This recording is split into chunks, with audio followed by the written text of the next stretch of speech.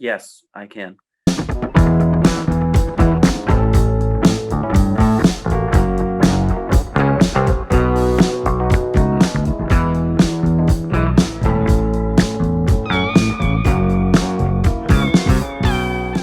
Hey everybody, welcome to Listography, the final day of Black Sabbath week, side 3. Jason, Joe, and Krams are here.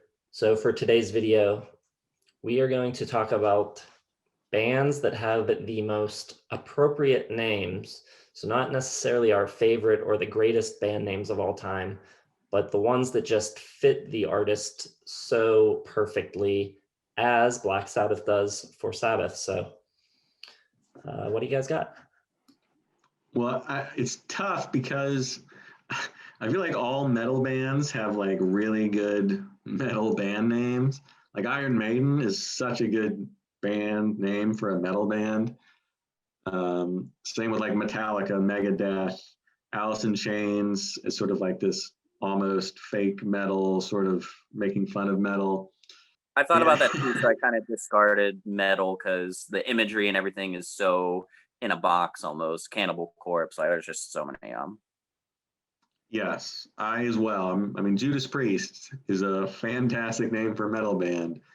All right. Yeah, I disregarded metal, and I also am not doing like last names. Obviously, Hanson and Van Halen are brilliant names for their bands, but it's not going to work for me. I've got one of my favorite bands of all time, Interpol. They have like this icy, like agent feel to their sound, like they're hunting you down, they're coming after you, they're really coming after your feelings, but whatever, it's here they come.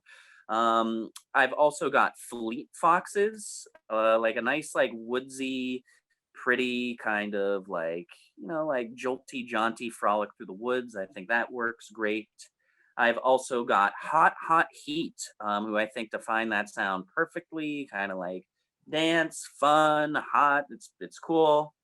Also got Queen. I think Queen is perfectly named. It's this big, robust, almost like regal, monarchy sound. It's a huge sound, and he's got just an amazing voice for like the masses, people to just like take a knee and honor. But my number one isn't a band, but it is Madonna. I think that is the perfect name for someone that had the audacity to come along and kind of just take over the queen of pop kind of void left. And it's pretty cocky name to give yourself, pretty much saying you're the second coming. I'm a diva, here I am.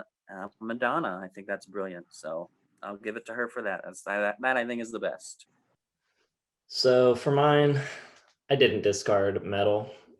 So I have got Megadeth on my list. I didn't realize discarding metal was a rule, It's especially, not. especially since we were basing the whole thing off of Black Sabbath. Um, I've also got the New York Dolls, which I think it's tied to their image so much. So without seeing them, maybe it's not perfect. But as soon as you see that band, I mean, their name has to be the New York Dolls. I've also got the Beach Boys, which maybe not so much in the later years, but what else could they have been called early on in their career?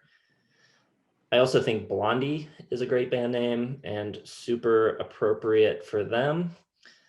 I also had Queen written down, which they're just so big and their ambition was so massive.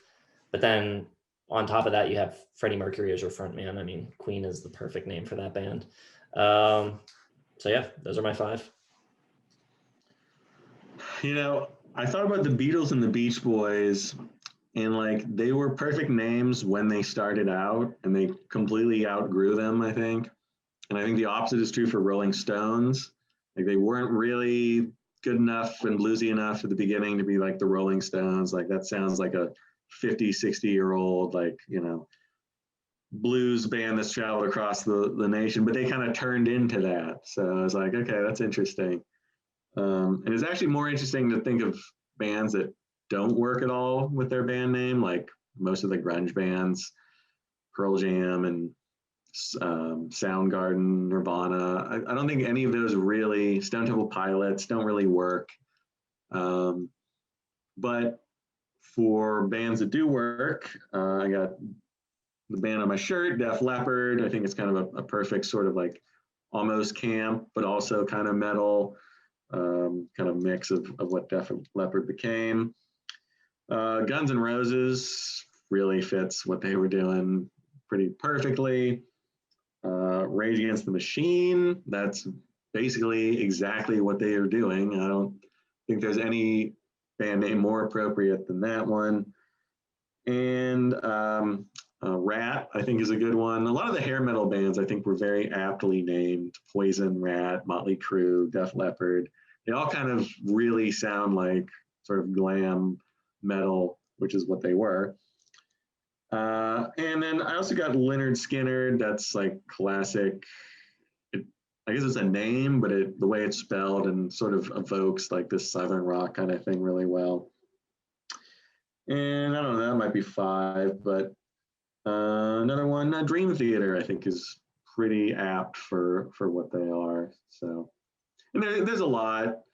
I like Smashing Pumpkins, I think, is a rare 90s band that really had a good name that kind of fit what they were going for. And a lot of them didn't, like Radiohead, Green Day, I don't think really worked for what they are become. A lot of bad band names out there. Yeah, but once you make it and people associate the name with your music, then any name works eventually if you become successful enough. Except Hoobastank, of course. Except Hoobastank. No. Hoobastank is perfect for Hoobastank. All right. So let us know which ones you think are perfect or work perfectly for the artist they're associated with. Leave those down in the comments below. Hit the like button. Subscribe if you're not already subscribed. Hit the bell for notifications. And check down in the description for links to all of our social media accounts. And we will see you tomorrow for our Albums of the Year 2003 edition. Until then, we are Jason, Joe, and Cramser. Thanks for watching Listography. We'll see you next time.